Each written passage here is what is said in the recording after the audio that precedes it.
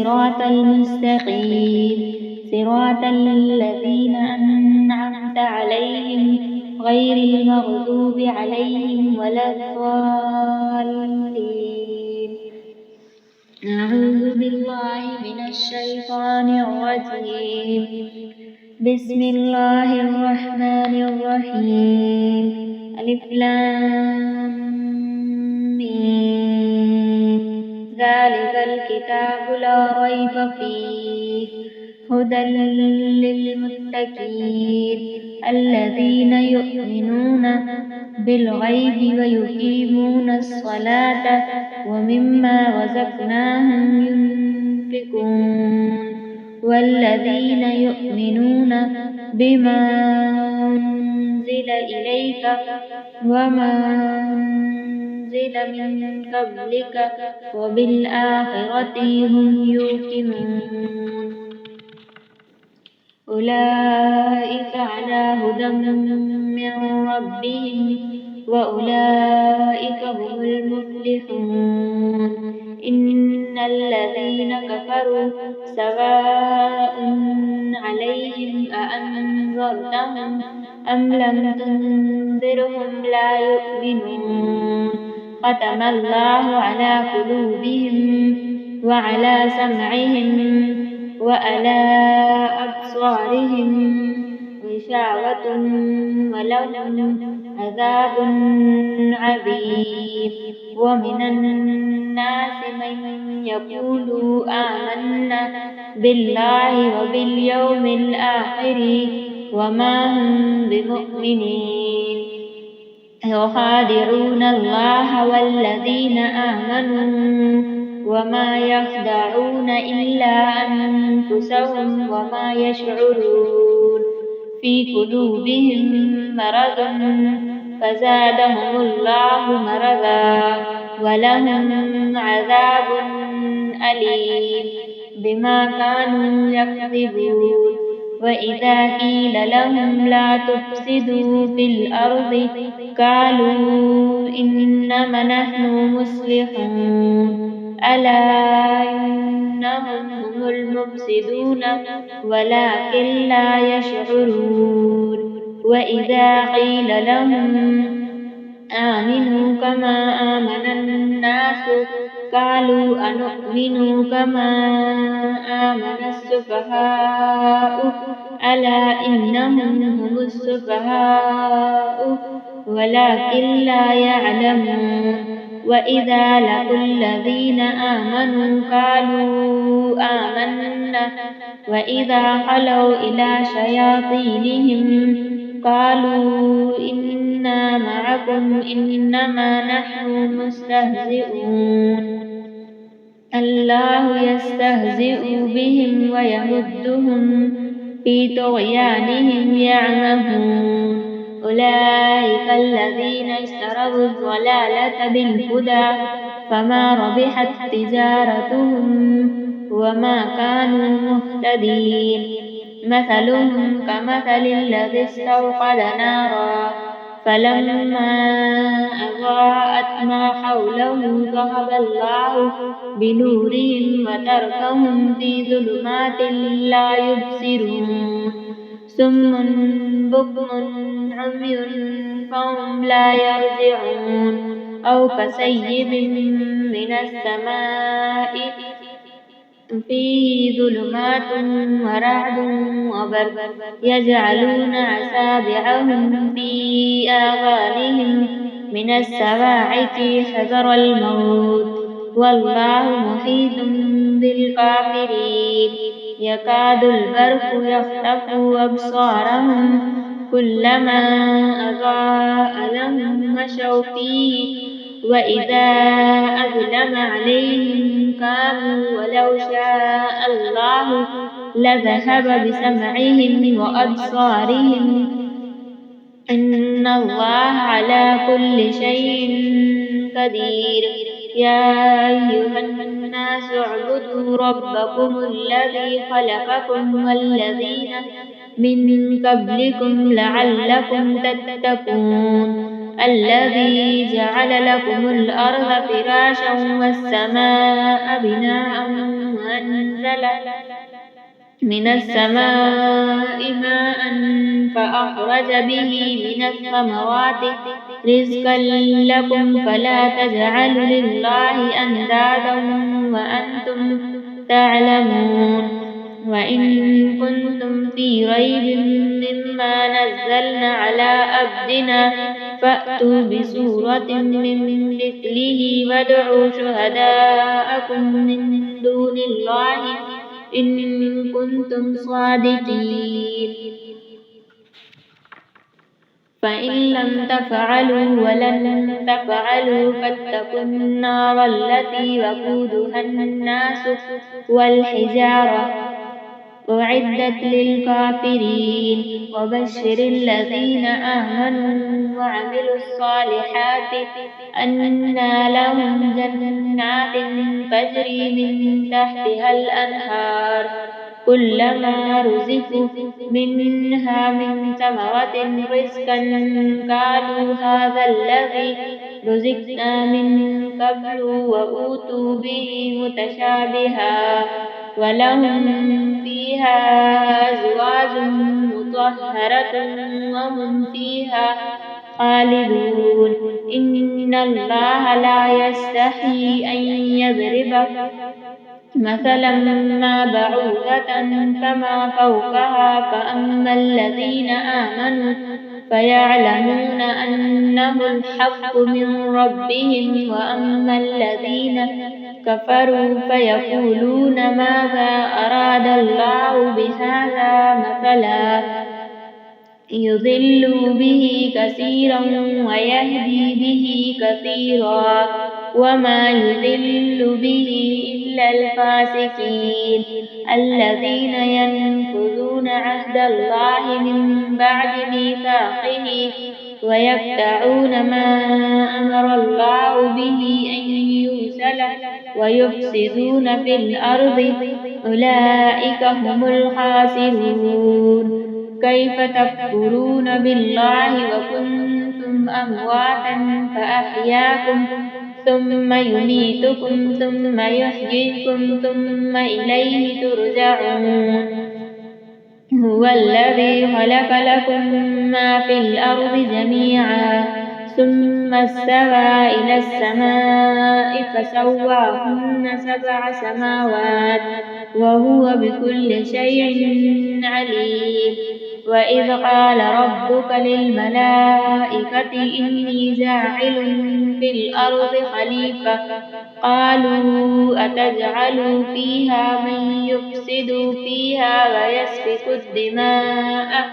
ونحن نسبح بحمدك ونقدس لك قال إني أعلم ما لا تعلمون وعلم آدم الأسماء كلها ثم عرضهم على الملائكة فقال أنبئوني بأسماء هؤلاء إن كنتم صادقين قالوا سبحانك لا علم لنا إلا ما علمتنا إنك أنت العليم الحكيم قال يا آدم أنبئهم بأسمائهم فلما أنبأهم بأسمائهم قال ألم أقل لكم إني أعلم غيب السماوات والأرض وأعلم ما تبدون وما كنتم تكتمون وإذ قلنا للملائكة اسجدوا لآدم فسجدوا إلا إبليس أبى واستكبر وكان من الكافرين وقلنا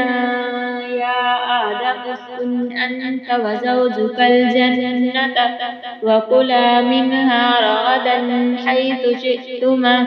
ولا تقربا هذه الشجرة فتكونا من الظالمين فأزلهما الشيطان عنها فأخرجهما مما كان فيه وقلنا اهبطوا بعضكم لبعض عدو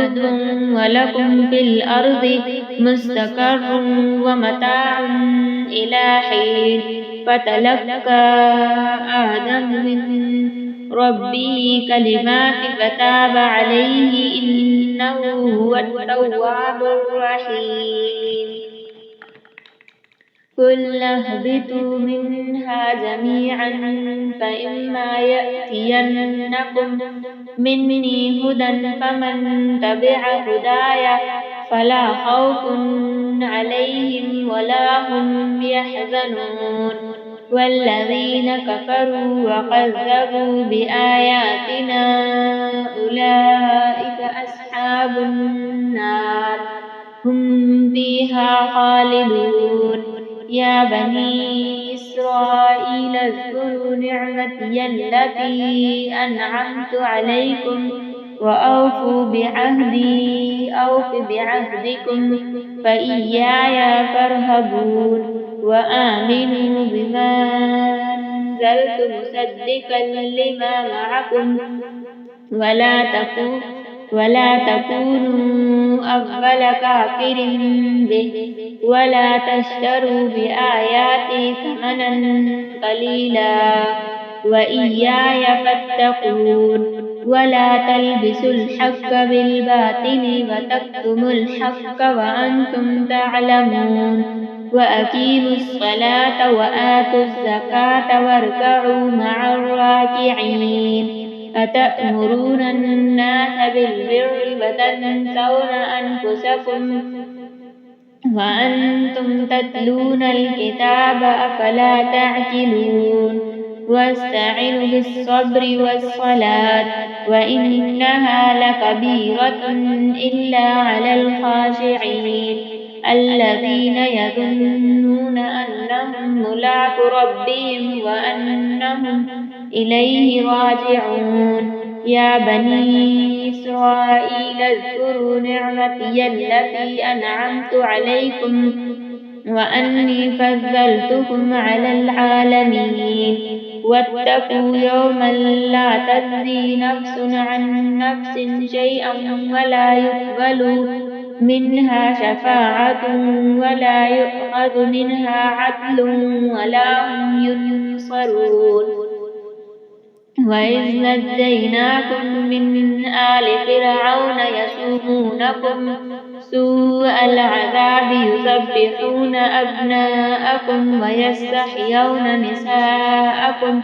وفي ذلكم بلاء من ربكم عظيم وإذ فرقنا بكم البحر فأنجيناكم وأغرقنا آل فرعون وأنتم تنظرون وإذ واعدنا موسى 40 ليلة ثم اتخذتم العجل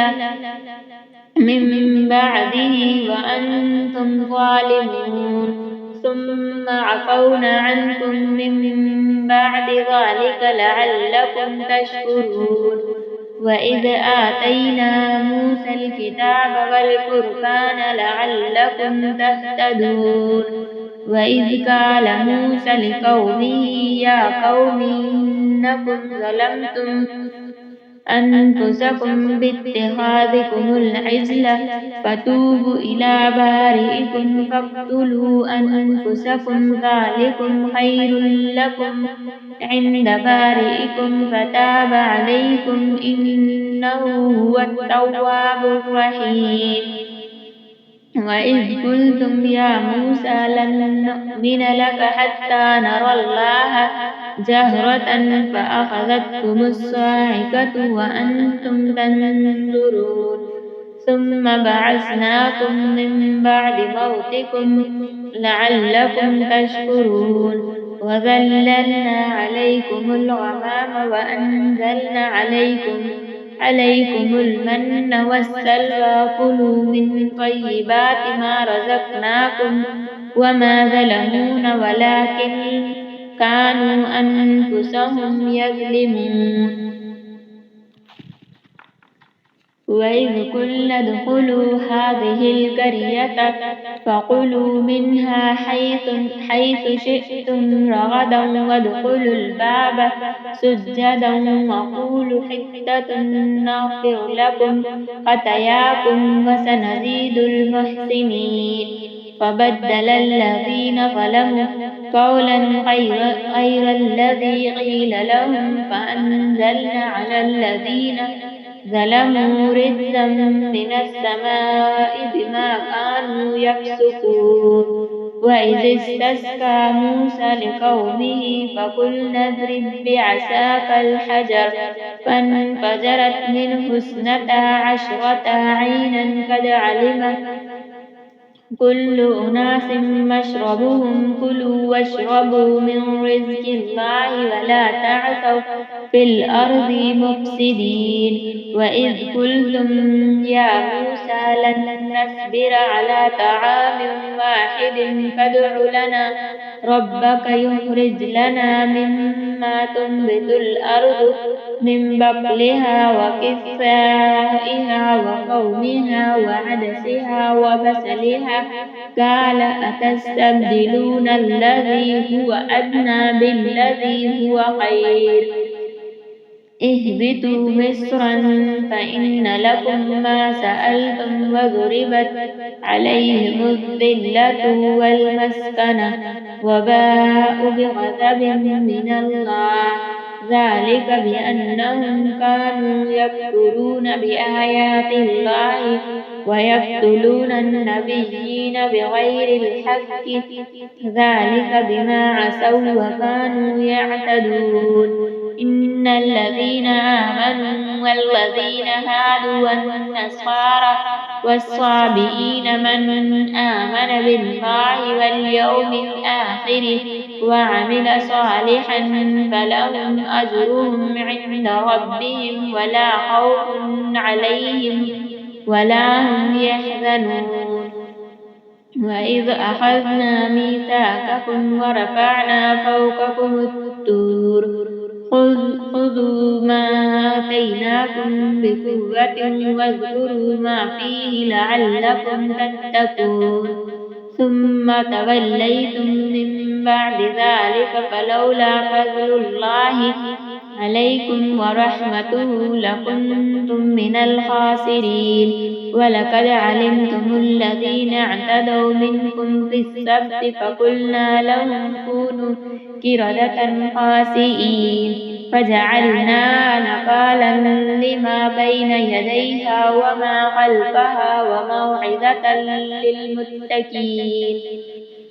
وإذ قال موسى لقومه إن الله يأمركم أن تذبحوا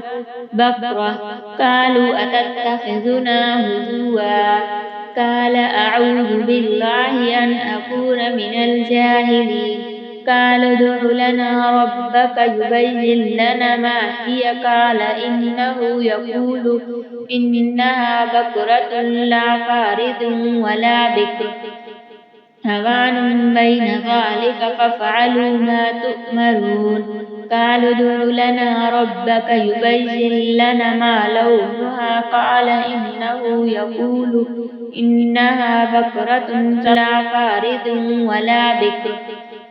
هوان بين ذلك فافعلوا ما تؤمرون قالوا ادع لنا ربك يبين لنا ما لونها قال إنه يقول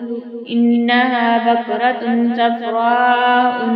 فاكهة لونها تسر الناظرين قالوا ادع لنا ربك يبين لنا ما هي إن البقرة شابه علينا وإنا إن شاء الله لمهتدون قال إنه يقول إنها بقرة لا ذلول تثير الأرض ولا تسقي الحرث مسلمة لا شية فيها. قالوا الآن جئت بالحق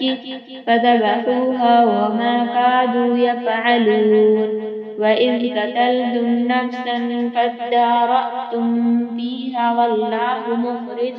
ما كنتم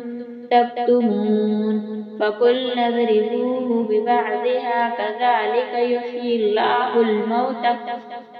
ويريكم آياته لعلكم تعقلون. ثم قست قلوبكم من بعد ذلك فهي كالحجارة أو أشد قسوة. وإن من الحجارة لما يتفجر منه الأنهار وإن منها لما يشقق فيخرج منه الماء وإن منها لما يهبط من خشية الله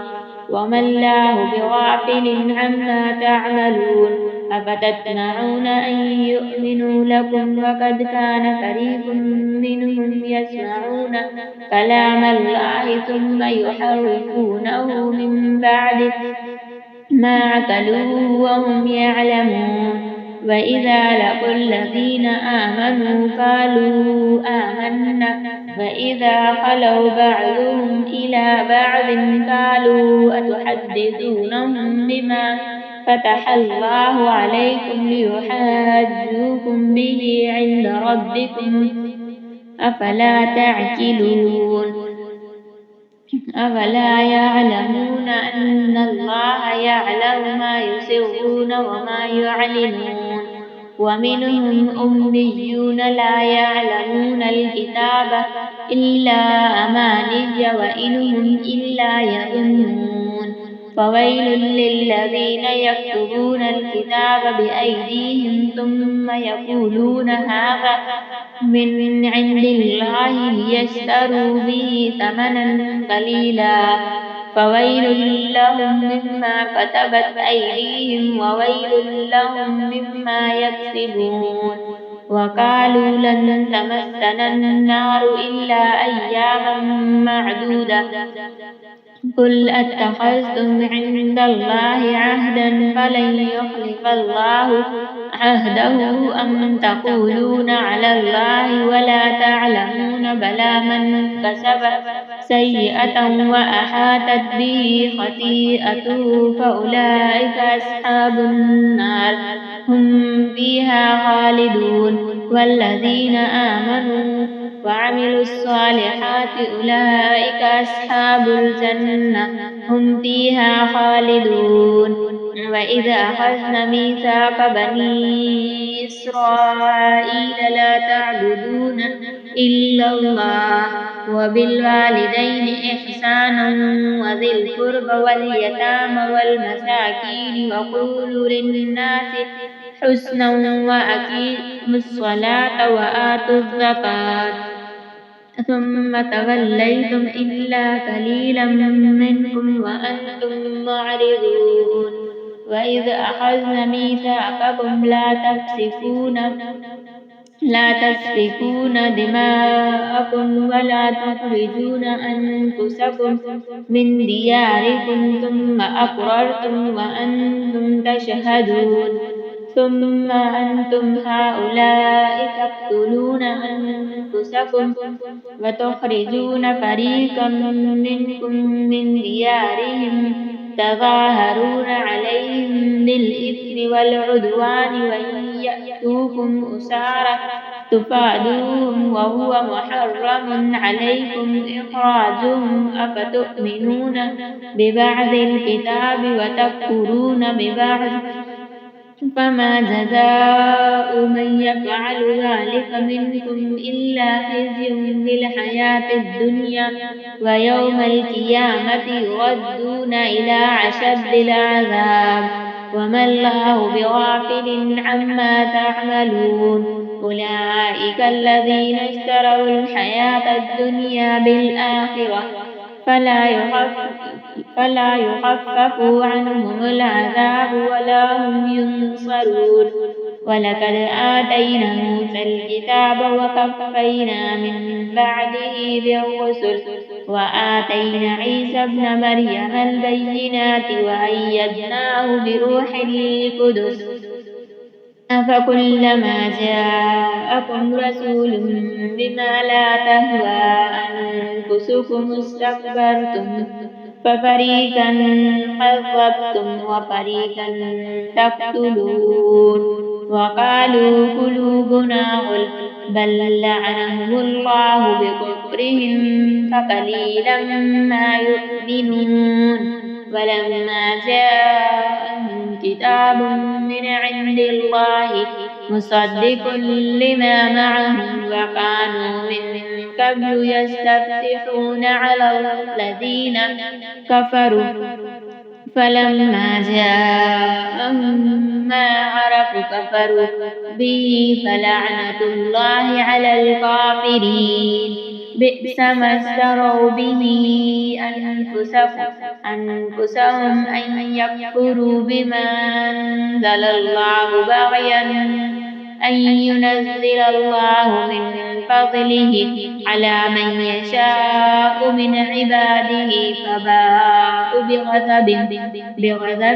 على غضب وللكافرين عذاب مهين وإذا قيل لهم آمنوا بما أنزل الله قالوا نؤمن بما أنزل علينا ويكفرون بما وراءه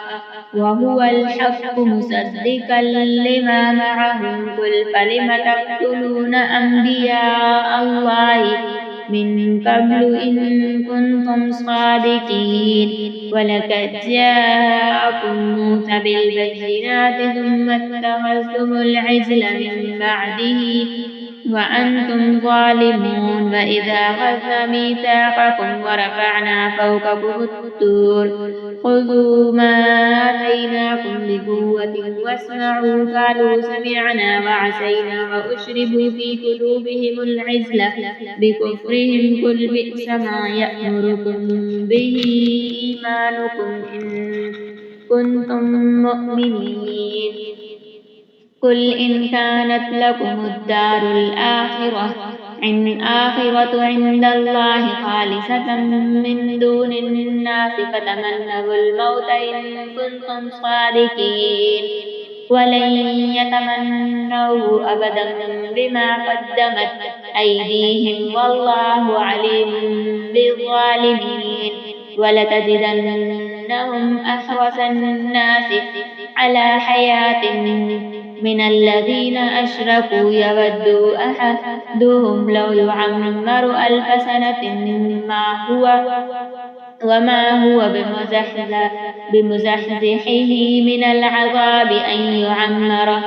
والله بصير بما يعملون قل من كان عدوا لجبريل فإنه نزله على قلبك بإذن الله مصدقا لما بين يديه وهدى وبشرى للمؤمنين من كان عدوا لله وملائكته ورسله وجبريل وميكال فإن الله عدو للكافرين ولقد أنزلنا إليك آيات بينات وما يكفر بها إلا الفاسقون أفكلما عاهدوا عهدا نبذه فريق منهم بل أكثرهم لا يؤمنون ولما جاءهم رسول من عند الله مصدق لما معهم نبذ فريق من الذين أوتوا الكتاب كتاب الله وراء ظهورهم كأنهم لا يعلمون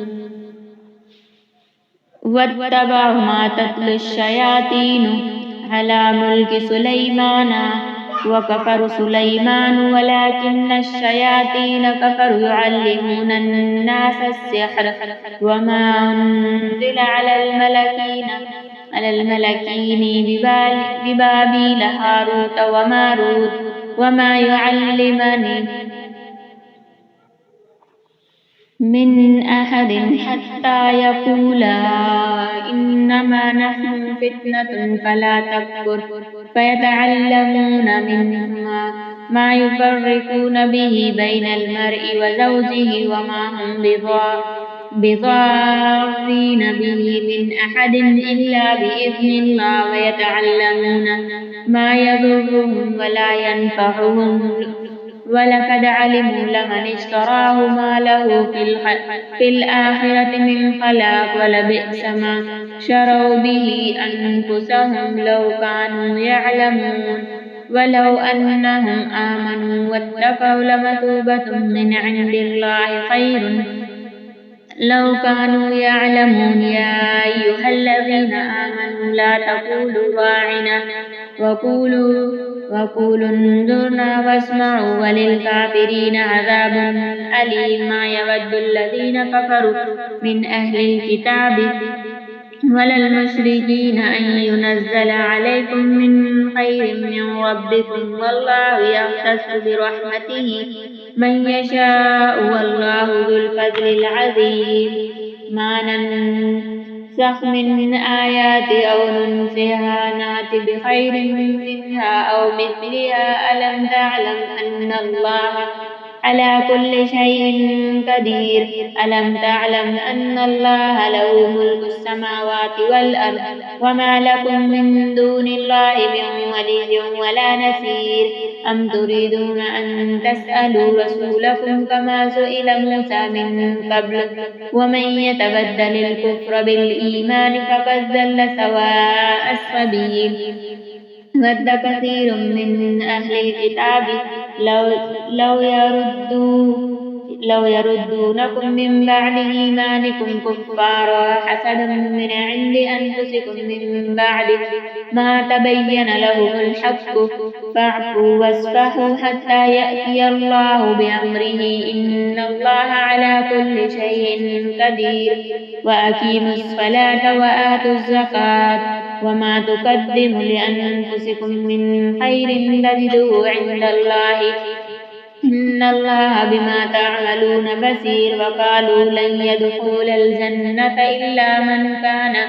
هودا أو نصارى تلك أمانيهم قل هاتوا برهانكم إن كنتم صادقين بلى من أسلم وجهه لله وهو محسن فله أجره عند ربه ولا خوف عليهم ولا هم يحزنون وقالت اليهود ليست النصارى على شيء وقالت النصارى ليست اليهود على شيء وهم يتلون الكتاب كذلك قال الذين لا يعلمون مثل قولهم فالله يحكم بينهم يوم القيامة فيما كانوا فيه يختلفون ومن أظلم ممن منع مساجد الله أن يذكر فيها اسمه وسعى في خرابها أولئك ما كان لهم أن يدخلوها إلا خائفين لهم في الدنيا خزي ولهم في الآخرة عذاب عظيم ولله المشرق والمغرب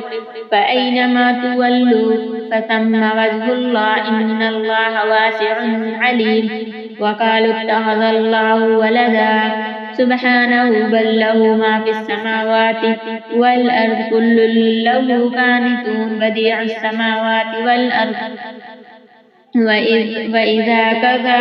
أمرا فإنما يقول له كن فيكون وقال الذين لا يعلمون لولا يكلمنا الله أو تأتينا آية كذلك وقال الذين من قبلهم مثل قولهم تشابهت قلوبهم قد بينا الآيات لقوم يوقنون إنا أرسلناك بالحق بشيرا ونذيرا ولا تسأل عن أصحاب الجحيم ولن ترضى عنك اليهود ولا النصارى حتى تتبع ملتهم قل إن هدى الله هو الهدى ولئن اتبعت أهواءهم بعد الذي جاءك من العلم ما لك من الله من ولي ولا نصير الذين آتيناهم الكتاب يتلونه حق تلاوته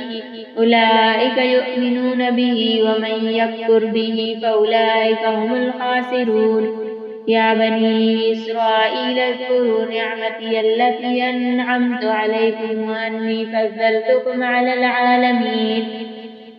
واتقوا يوما لا تجزي نفس عن نفس شيئا ولا يقبل منها عدل ولا تنفعها شفاعة ولا هم ينذرون وإذ ابتلى إبراهيم ربه بكلمات فأتمهن قال إني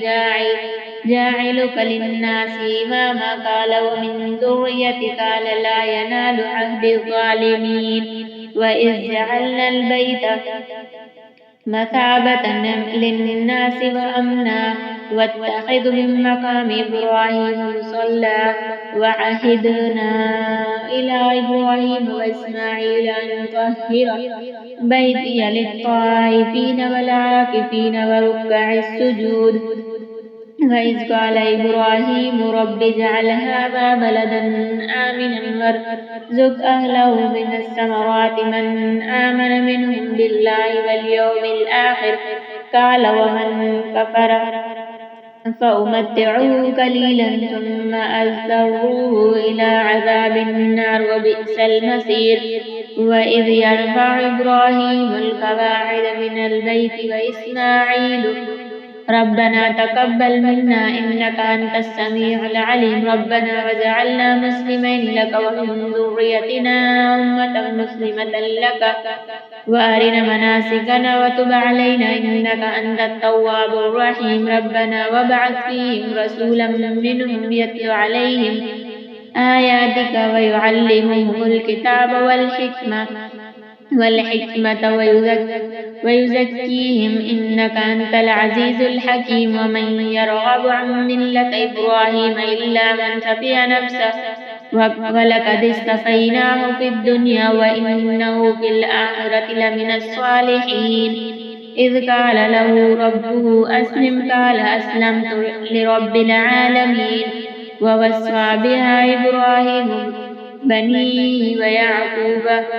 يا بني إن الله اصطفى لكم الدين فلا تموتن إلا وأنتم مسلمون أم كنتم شهداء إذ حضر يعقوب الموت إذ قال لبنيه ما تعبدون من بعد قالوا نعبد إلهك وإله آبائك إبراهيم وإسماعيل وإسحاق إلها واحدا ونحن له مسلمون تلك أمة قد خلت لها ما كسبت ولكم ما كسبتم ولا تسألون عما كانوا يعملون وقالوا كونوا هودا أو نصارى تهتدوا قل بل ملة إبراهيم حنيفا وما كان من المشركين قولوا آمنا بالله وما أنزل إلينا وما أنزل إلى إبراهيم وإسماعيل وإسحاق ويعقوب والأسباط وما أوتي موسى وعيسى وما أوتي النبيون من ربهم لا نفرق بين أحد منهم ونحن له مسلمون فإن آمنوا بمثل ما آمنتم به فقد اهتدوا فإن تولوا فإنما هم في شقاق فسيكفيكهم الله وهو السميع العليم صبغة الله ومن أحسن من الله صبغة ونحن له عابدون قل أتحاجوننا في الله وهو ربنا وربكم ولنا أعمالنا ولكم أعمالكم ونحن له مخلصون أم تقولون إن إبراهيم وإسماعيل وإسحاق ويعقوب كانوا هودا أو نصارى قل أأنتم أعلم أم الله ومن أظلم ممن كتم شهادة عنده من الله وما الله بغافل عما تعملون تلك أمة قد خلت لها ما كسبت ولكم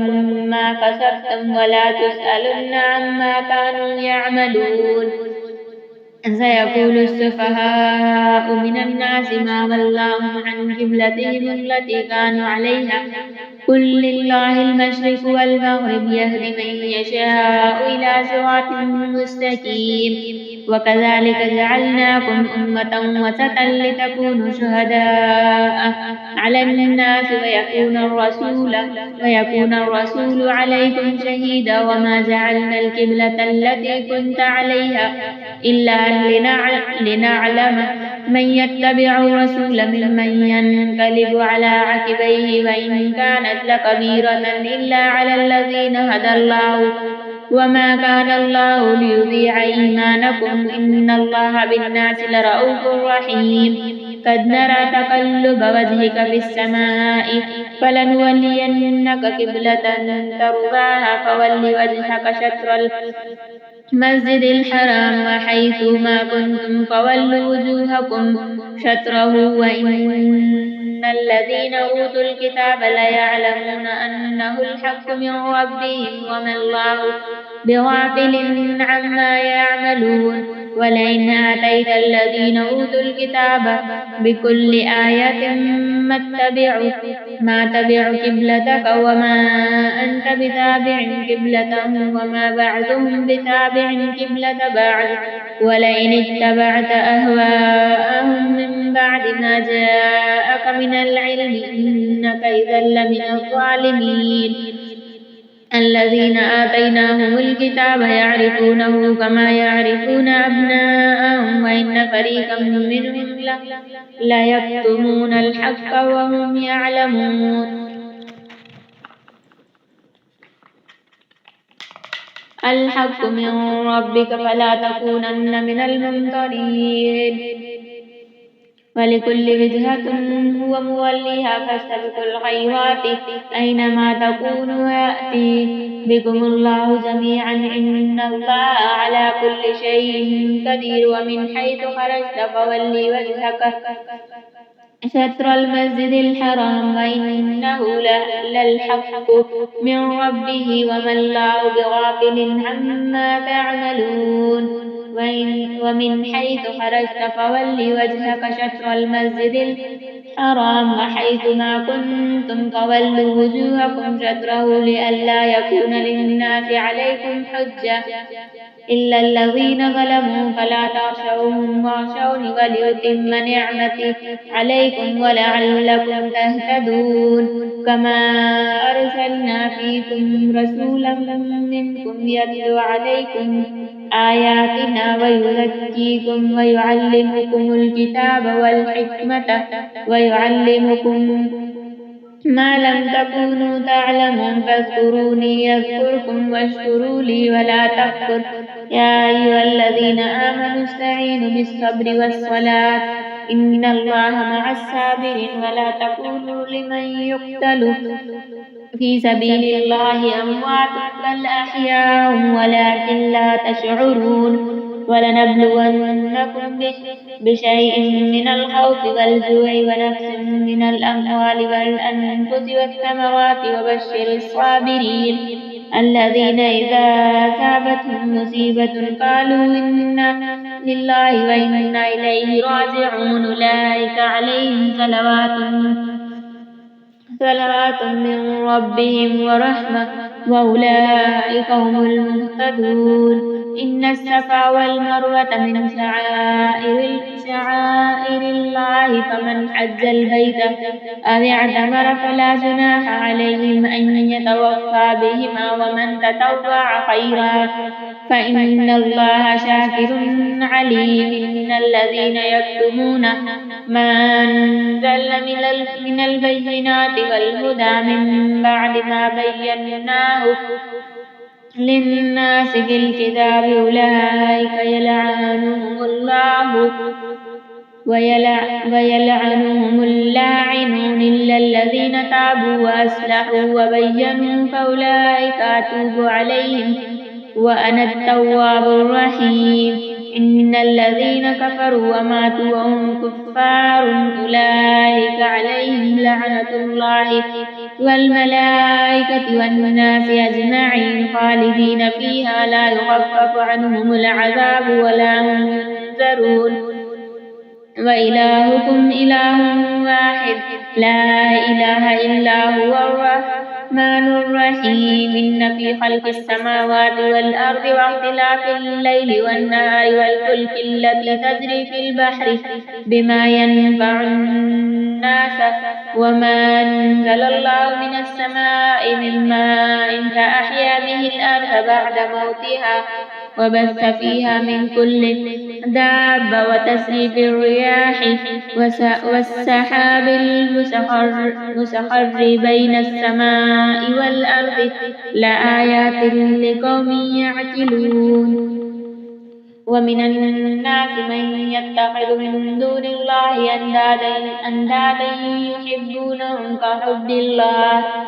والذين آمنوا أشد حبا لله ولو يرى الذين ظلموا إذ يرون العذاب أن القوة لله جميعا وأن الله شديد العقاب. إذ تبرأ الذين اتبعوا من الذين اتبعوا رأوا العذاب وتقطعت بهم الأسباب وقال الذين اتبعوا لو أن لنا كرة فنتبرأ منهم كما تبرأوا منا كذلك يريهم الله أعمالهم حسرات عليهم وما هم بخارجين من النار. يا أيها الناس كلوا مما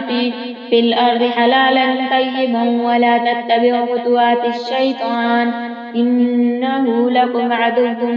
مبين. إنما يأمركم بالسوء والفحشاء وأن تقولوا على الله ما لا تعلمون. وإذا قيل لهم اتبعوا ما أنزل الله قالوا بل نتبع ما ألفينا عليه آباءنا أولو كان آباؤهم لا يعقلون شيئا ولا يهتدون. ومثل الذين كفروا كمثل الذي ينعق بما لا يسمع إلا دعاء ونداء صم بكم عمي فهم لا يعقلون. يا أيها الذين آمنوا كلوا من طيبات ما رزقناكم واشكروا لله إن كنتم إياه تعبدون. إنما حرم عليكم الميتة ودم ولحم الخنزير وما أهل به لغير الله فمن استر غير باغ ولا عاد فلا إثم عليه إن الله غفور رحيم. إن الذين يكتمون ما أنزل الله من الكتاب ويشترون به ثمنا قليلا أولئك ما يأكلون في بطونهم إلا النار ولا يكلمهم الله يوم القيامة ولا يزكيهم ولهم عذاب أليم. أولئك الذين اشتروا الضلالة بالهدى والعذاب بالمغفرة فما أصبرهم على النار ذلك بأن الله نزل الكتاب بالحق وإن الذين اختلفوا فيه في الكتاب لفي شقاق بعيد. ليس البر أن تولوا وجوهكم قبل المشرق والمغرب ولكن البر من آمن بالله واليوم الآخر والملائكة والكتاب والنبيين وآتى المال على حبه ذوي القربى واليتامى والمساكين وابن السبيل والسائلين وفي الرقاب وأقام الصلاة وآتى الزكاة والموفون بعهدهم إذ عاهدوا والصابرين في البأساء والضراء وحين البأس أولئك الذين صدقوا وأولئك هم المتقون. يا أيها الذين آمنوا كتب عليكم القصاص في القتلى الحر بالحر والعبد بالعبد والأنثى بالأنثى فمن عفي له من أخيه شيء فاتباع بالمعروف وأداء إليه بإحسان ذلك تخفيف من ربكم ورحمة فمن اعتدى بعد ذلك فله عذاب أليم ولكم بالقصاص حياة يا أولي الألباب لعلكم تتقون كتب عليكم إذا حضر أحدكم الموت إن ترك خيرا الوصية للوالدين والأقربين بالمعروف حقا على المتقين فمن بدله بعدما سمعه فإنما إثمه على الذين يبدلونه إن الله سميع عليم فمن خاف من موص جنفا أو إثما فأصلح بينهم فلا إثم عليه إن الله غفور رحيم يا أيها الذين آمنوا كتب عليكم الصيام كما كتب على الذين من قبلكم لعلكم تتقون أياما معدودات فمن كان منكم مريضا أو على سفر فعدة من أيام أخر وعلى الذين يطيقونه فدية طعام مسكين فمن تطوع خيرا فهو خير له وأن تصوموا خير لكم إن كنتم تعلمون شهر رمضان الذي أنزل فيه القرآن هدى للناس والبينات من الهدى والفرقان فمن شهد منكم الشهر فليصمه ومن كان مريضا أو على سفر فعدة من أيام أخر يريد الله بكم اليسر ولا يريد بكم العسر ولتكملوا العدة ولتكبروا الله على ما هداكم ولعلكم تشكرون وإذا سألك عبادي عني فإني قريب أجيب دعوة الداعي إذ دعاني فليستجيبوا لي وليؤمنوا بي لعلهم يرشدون أحل لكم ليلة الصيام الرفث إلى نسائكم هن لباس لكم وأنتم لباس لهن علم الله أنكم كنتم تختانون أنفسكم فتاب عليكم وعفى عنكم فالآن باشروهن وابتغوا ما كتب الله لكم وكلوا واشربوا حتى يتبين لكم الخيط الأبيض من الخيط الأسود من الفجر ثم أتموا الصيام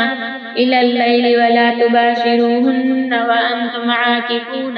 في المساجد تلك حدود الله فلا تقربوها كذلك يبين الله آياته للناس لعلهم يتقون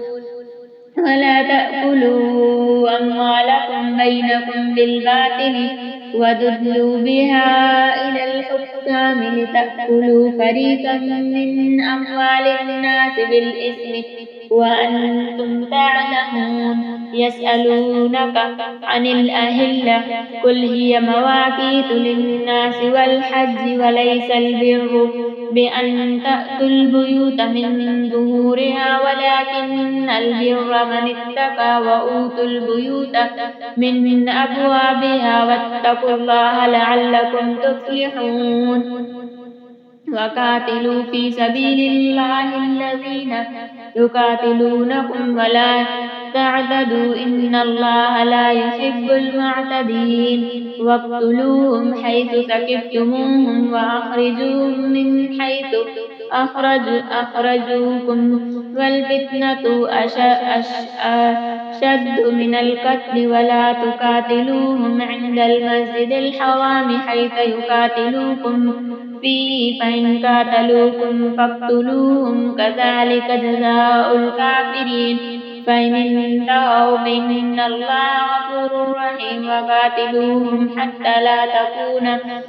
فتنة ويكون الدين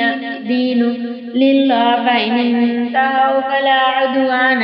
إلا على الظالمين الشهر الحرام بالشهر الحرام والحرمات قصاص فمن اعتدى عليكم فاعتدوا عليه بمثل ما اعتدوا عليكم واتقوا الله واعلموا أن الله مع المتقين وأنفقوا في سبيل الله ولا تلقوا بأيديكم إلى التهلكة وأحسنوا إن الله يحب المحسنين وأتموا الحج والعمرة لله فإن أحسنتم فما استيسر من الهدي فلا تحلقوا رؤوسكم حتى يبلغ الهدي محله فمن كان منكم مريضا أو به أذى من رأسه ففدية من صيام أو صدقة أو نسك فإذا أمنتم فمن تمتع بالعمرة إلى الحج فما استيسر من الهدي فمن لم يجد فصيام 3 أيام في الحج وسبعة إذا رجعتم تلك 10 كاملة ذلك لمن لم يكن أهله حاضر المسجد الحرام واتقوا الله واعلموا أن الله شديد العقاب الحج أشهر معلومات فمن فرض فيهن الحج فلا رفث ولا فسوق ولا جدال في الحج وما تفعلوا من خير يعلمه الله وتزودوا فإن خير زاد التقوى واتقون يا أولي الألباب ليس عليكم جناح أن تبتغوا فضلا من ربكم فإذا أفضتم من عرفات فاذكروا الله عند المشعر الحرام واذكروه كما هداكم وإن كنتم من قبله لمن الضالين ثم أفيضوا من حيث أفاض الناس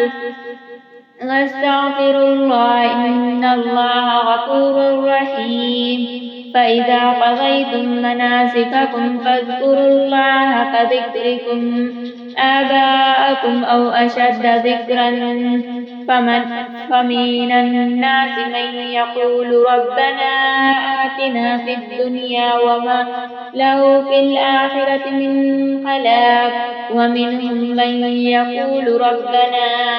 آتنا في الدنيا حسنة وفي الآخرة حسنة وقنا عذاب النار أولئك لهم نصيب مما كسبوا والله سريع الحساب واذكروا الله في أيام معدودة فمن تعجل في يومين فلا إثم عليه ومن تأخر فلا إثم عليه لمن اتقى واتقوا الله واعلموا أنكم إليه تحشرون ومن الناس من يعجبك قوله في الحياة الدنيا ويشهد الله على ما في قلبه وهو ألد الحساب وإذا تولى سعى في الأرض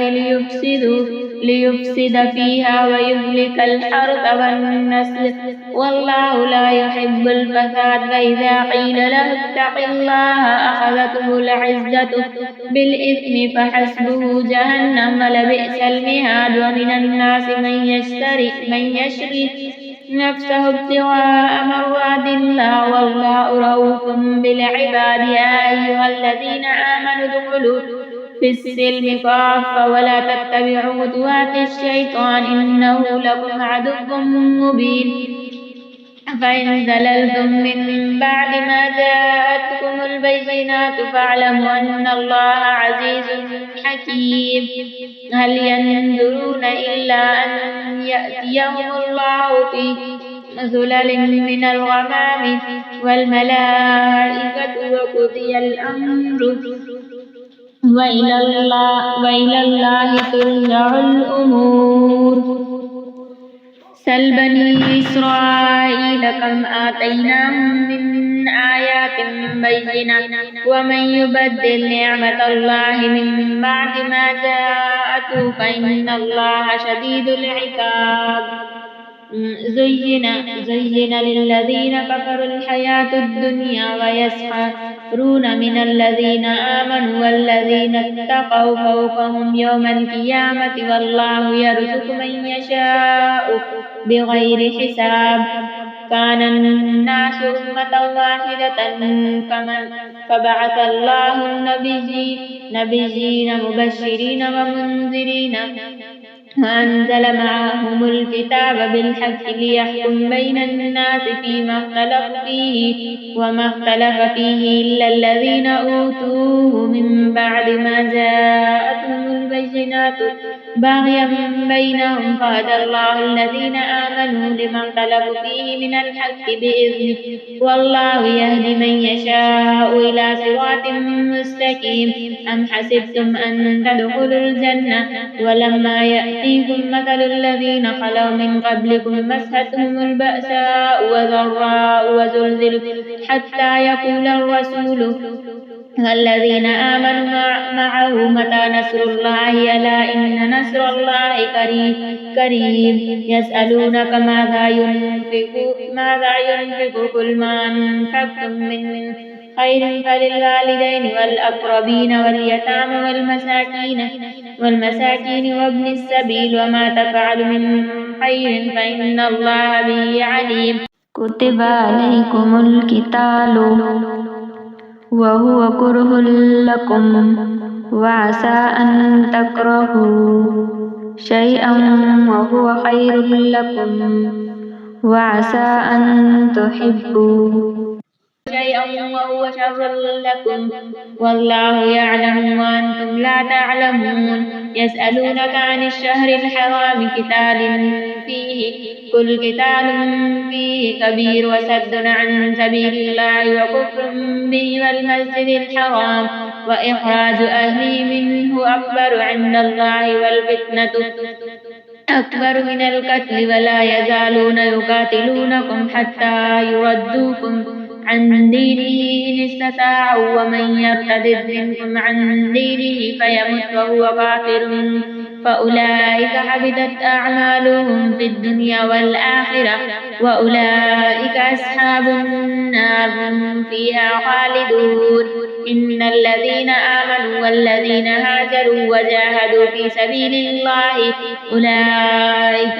يرجون رحمة الله والله غفور رحيم. يسألونك عن الخمر والميسر قل فيهما إثم كبير ومنافع للناس وإثمها أكبر من نفعهما ويسألونك ماذا ينفقون قل العفو كذلك يبين الله لكم الآيات لعلكم تتفكرون في الدنيا والآخرة. ويسألونك عن اليتامى قل إصلاح لهم خير وإن تخالطوهم فإخوانكم والله يعلم المفسد من المصلح ولو شاء الله لأعنتكم إن الله عزيز حكيم. ولا تنكحوا المشركات حتى يؤمن ولا أمة مؤمنة خير من مشركة ولو أعجبتكم ولا تنكحوا المشركين حتى يؤمنوا ولعبد مؤمن خير من مشرك ولو أعجبكم أولئك يدعون إلى النار والله يدعو إلى الجنة والمغفرة بإذنه ويبين آياته للناس لعلهم يتذكرون. ويسألونك عن المحيض قل هو أذى فاعتزلوا النساء في المحيض ولا تقربوهن حتى يطهرن فإذا تطهرن فآتوهن من حيث أمركم الله إن الله يحب التوابين ويحب المتطهرين. نساؤكم حرث لكم فأتوا حرثكم أنى شئتم وقدموا لأنفسكم واتقوا الله واعلموا أنكم ملاقوه وبشر المؤمنين ولا تجعلوا الله عرضة لإيمانكم أن تبروا وتتقوا وتصلحوا بين الناس والله سميع عليم. لا يؤاخذكم الله باللغو في أيمانكم ولكن يؤاخذكم بما كسبت قلوبكم والله غفور رحيم. للذين يولون من نسائهم تربصوا 4 أشهر فإن فاءوا فإن الله غفور رحيم. فإن عزموا الطلاق فإن الله سميع عليم. والمطلقات يتربصن بأنفسهن 3 قروء ولا يحل لهن أن يكتمن ما خلق الله في أرحامهن إن كن يؤمن بالله واليوم الآخر وبعولتهن أحق بردهن في ذلك إن أرادوا إصلاحا ولهن مثل الذي عليهن بالمعروف وللرجال عليهن درجة والله عزيز حكيم. الطلاق 2 مرتان فإمساك بمعروف أو تسريح بإحسان. ولا يحل لكم أن تأخذوا مما آتيتموهن شيئا إلا أن يخافا ألا يقيم حدود الله وإن خفتم ألا يقيم حدود الله فلا جناح عليهما فيما افتدت به تلك حدود الله فلا تعتدوها ومن يتعد حدود الله فأولئك هم الظالمون. فإن طلقها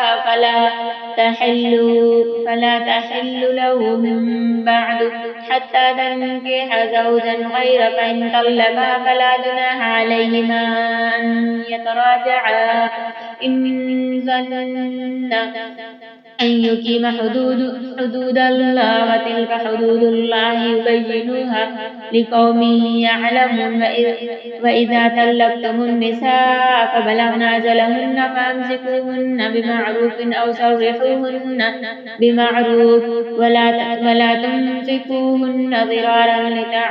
لتعتدوا ومن يفعل ذلك فقد ظلم نفسه. ولا تتخذوا آيات الله هزوا واذكروا نعمة الله عليكم وما أنزل عليكم من الكتاب والحكمة يعظكم به واتقوا الله واعلموا أن الله بكل شيء عليم. فإذا طلقتم النساء فبلغن أجلهن فلا تعذلوهن أن ينكحن أزواجهن إذا تراضوا بينهم بالمعروف ذلك يوعظ به من كان منكم يؤمن بالله واليوم الآخر ذلكم أزكى لكم وأطهر والله يعلم وأنتم لا تعلمون. هو الوالدات يرضعن أولادهن حولين كاملين لمن أراد أن يتم الرضاعة وعلى المولود له رزقهن وكسوتهن بالمعروف لا تكلف نفس إلا وسعها لا تضار والدة بولدها ولا مولود له بولده وعلى الوارث مثل ذلك فإن أراد فصالا عن تراض منهما وتشاور فلا جناح عليهما. وإن أردتم أن تسترضعوا أولادكم فلا جناح عليكم إذا سلمتم ما آتيتم بالمعروف واتقوا الله واعلموا أن الله بما تعملون بصير. والذين يتوفون منكم ويذرون أزواجا يتربصن بأنفسهن 4 أشهر و10 فإذا بلغن أجلهن فلا جناح عليهما فيما فعلن في أنفسهن بالمعروف والله بما تعملون خبير. ولا جناح عليكم فيما عرضتم به من خطبة النساء أو أكننتم في أنفسكم علم الله أنكم ستذكرونهن ولكن لا تواعدوهن سرا إلا أن تقولوا قولا معروفا ولا تعزموا عقدة النكاح حتى يبلغ الكتاب أجله واعلموا أن الله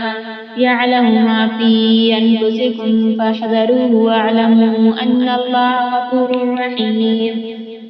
لا جناح عليكم إن طلقتم النساء ما لم تمسوهن أو تفرضوا لهن فريضة وامتحوهن على الموسع قدره وعلى المقتر قدره متاعا بالمعروف حقا على المحسنين وإن طلقتموهن من قبل أن تمسوهن وقد فرضتم لهن فريضة فنصف ما فرضتم إلا أن يعفون أو يعفو الذي بيده عقدة النكاح وأن تعفوا أقرب للتقوى ولا تنسوا الفضل بينكم إن الله بما تعملون بصير حافظوا على الصلاة والصلاة الوسطى وقوموا لله قانتين فإن خفتم فرجالا أو ركبانا فإذا أمنتم فاذكروا الله كما علمكم ما لم تكونوا تعلمون الذين يتوفون منكم ويذرون أزواجا وصية لأزواجهم متاعا إلى الحول غير إخراج فإن خرجن فلا جناح عليكم فيما فعلن في أنفسهن من معروف والله عزيز حكيم للمطلقات متاع بالمعروف حقا على المتقين كذلك يبين الله لكم آياته لعلكم تعقلون لم تر إلى الذين خرجوا من ديارهم وهم ملك حضر الموت فقال لهم الله موتوا ثم أحياكم إن الله لذو فضل على الناس ولكن أكثر الناس لا يشكرون وقاتلوا في سبيل الله واعلموا أن الله سميع عليم من ذا الذي يقرض الله قرضا حسنا فيضاعفه له أضعافا كثيرا والله يقبض ويبسط وإليه ترجعون لم تر إلى الملأ من بني إسرائيل من بعد موسى إذ قالوا لنبي له ابعث لنا ملكا نقاتل في سبيل الله قال هل عسيتم إن كتب عليكم القتال ألا تقاتلوا قالوا وما لنا ألا نقاتل في سبيل الله وقد أخرجنا من ديارنا وأبنائنا فلما كتب عليهم القتال تولوا إلا قليلا منهم والله عليم بالظالمين وقال لهم نبيون إن الله قد بعث لكم طالوت ملكا قال أنى يكون له الملك علينا ونحن أحق بالملك منه والله يؤتى سعة من المال قال إن الله اصطفاه عليكم وزاده بسطة في العلم والجسم والله يؤتي ملكه من يشاء والله واسع عليم وقال لهم نبيهم إن آية ملكه أن يأتيكم التابوت فيه سكينة من ربكم وبقية مما ترك آل موسى وآل هارون تحمله الملائكة إن في ذلك لآية لكم إن كنتم مؤمنين فلما فصل طالوت بالجنود قال إن الله مبتليكم بنهر فمن شرب منه فليس مني ومن لم يطعمه فإن مني إلا من اعترف غرفة بيده فشربوا منه إلا قليلا منهم فلما جاوزه هو والذي آمنوا معه قالوا لا طاقة لنا اليوم بجالوت وجنوده قال الذين يظنون أنهم ملاقو الله كم من فئة قليلة غلبت فئة كثيرة بإذن الله والله مع الصابرين فلما برزوا لجالوت وجنوده قالوا ربنا أفرغ علينا صبرا وثبت أقدامنا وانصرنا على القوم الكافرين فهزموهم بإذن الله وقتل داود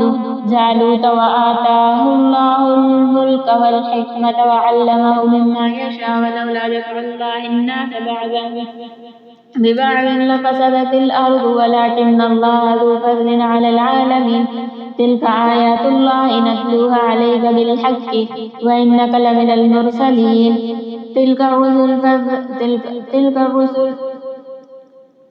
تلك الرسل فضلنا بعضهم على بعض منهم من كلم الله ورفع بعضهم درجات وآتينا عيسى ابن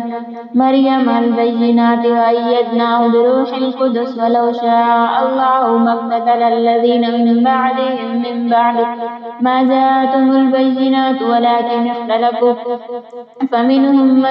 من آمن ومنهم من كفر ولو شاء الله ما اقتتلوا ولكن الله يفعل ما يريد يا أيها الذين آمنوا أنفقوا مما رزقناكم من قبل أن يأتي يوم لا بيع فيه ولا خلة ولا شفاعة والكافرون هم الظالمون الله لا إله إلا هو الحي القيوم لا تأخذه سنة ولا نوم له ما في السماوات وما في الأرض من هو الذي يشفع عنده إلا بإذنه يعلم ما بين أيديهم وما خلفهم ولا يحيطون بشيء من علمه إلا بما شاء وسع كرسيه السماوات والأرض ولا يعوده حفظهما وهو العلي العظيم لا إكراه في الدين قد تبين الرشد من الغي فمن يكفر بالطاغوت ويؤمن بالله فقد استمسك بالعروة الوثقى لا انفصام لها والله سميع عليم الله ولي الذين آمنوا يخرجهم من الظلمات إلى النور والذين كفروا أولياؤهم الطاغوت يخرجونهم من النور إلى الظلمات أولئك أصحاب النار هم فيها خالدون ألم تر إلى الذي حاج إبراهيم في ربه أن آتاه الله الملك إذ قال إبراهيم ربي الذي يحيي ويميت قال أنا أحيي وأميت قال إبراهيم فإن الله يأتي بالشمس من المشرق فأت بها من المغرب فبهت الذين كفروا والله لا يهدي القوم الظالمين أو كالذي مر على قرية وهي خاوية على عروشها قال أنى يحيي هذه الله بعد موتها فأماته الله 100 عام ثم بعث قال كم لبثت قال لبثت يوما أو بعض يوم قال بل لبثت 100 عام فانظر إلى طعامك وشرابك لم يتسن وانظر إلى حمارك ولنجعلك آية للناس وانظر إلى العظام كيف ننشزها ثم نكسوها لحما فلما تبين له قال أعلم أن الله على كل شيء قدير وإذ قال إبراهيم ربي أرني كيف تحيي الموتى قال أولم تؤمن قال بلى ولكن ليطمئن قلبي قال فخذ 4 من الطير فسرهن إليك ثم جعل على كل جبل منهن جزء ثم ادعوهن يأتينك سعيا واعلم أن الله عزيز حكيم مثل الذين ينفقون أموالهم في سبيل الله كمثل حبة أنبتت 7 سنابل في كل سنبلة 100 حبة والله يضاعف لمن يشاء والله واسع عليم الذين ينفقون أموالهم في سبيل الله ثم لا يتبعون ما أنفقوا منا ولا أذى لهم أجرهم عند ربهم ولا خوف عليهم ولا هم يحزنون قول معروف ومغفرة خير من صدقة يتبعها أذى والله غني حليم يا أيها الذين آمنوا لا تبطلوا صدقاتكم بالمن والأذى كالذي ينفق ما له رئاء الناس ولا يؤمن بالله واليوم الآخر فمثله كمثل صفوان عليه تراب فأصابه وابل فتركه صلدا لا يقدرون على شيء مما كسبوا والله لا يهدي القوم الكافرين ومثل الذين ينفقون أموالهم ابتغاء مرضات الله وتثبيتا من أنفسكم كمثل جنة بربوة أصابها وابل فآتت أكلها ضعفين فإن لم يصبها وابل فطل والله بما تعملون بصير يود أحدكم أن تكون له جنة من نخيل وأعناب تجري من تحتها الأنهار له فيها من كل الثمرات وأصابه الكبر وله ذرية ضعفاء فأصابها إعصار به نار فاحترقت كذلك يبين الله لكم الآيات لعلكم تتفكرون يا أيها الذين آمنوا أنفقوا من طيبات ما كسبتم ومما أخرجنا لكم من الأرض ولا تيمموا الخبيث منه تنفقون ولستم بآخذيه إلا أن تغمضوا فيه واعلموا أن الله غني حميد الشيطان يعدكم الفقر ويأمركم بالفحشاء والله يعيدكم مغفرة منه وفضلا والله واسع عليم يؤتي الحكمة من يشاء ومن يؤت الحكمة فقد أوتي خيرا كثيرا وما يذكر إلا أولو الألباب وما أنفقتم من نفقة أو نذرتم من نذر فإن الله يعلمه وما للظالمين من أنصار إن تبدوا الصدقات فنعما هي وإن تخفوها وتؤتوها الفقراء فهو خير لكم ويكفر عنكم من سيئاتكم والله بما تعملون خبير ليس عليك هداهم ولكن الله يهدي من يشاء وتنفقوا من خير فلأنفسكم وما تنفقون إلا ابتغاء وجه الله وما تنفقوا من خير يوفى إليكم وأنتم لا تظلمون للفقراء الذين أحصروا في سبيل الله لا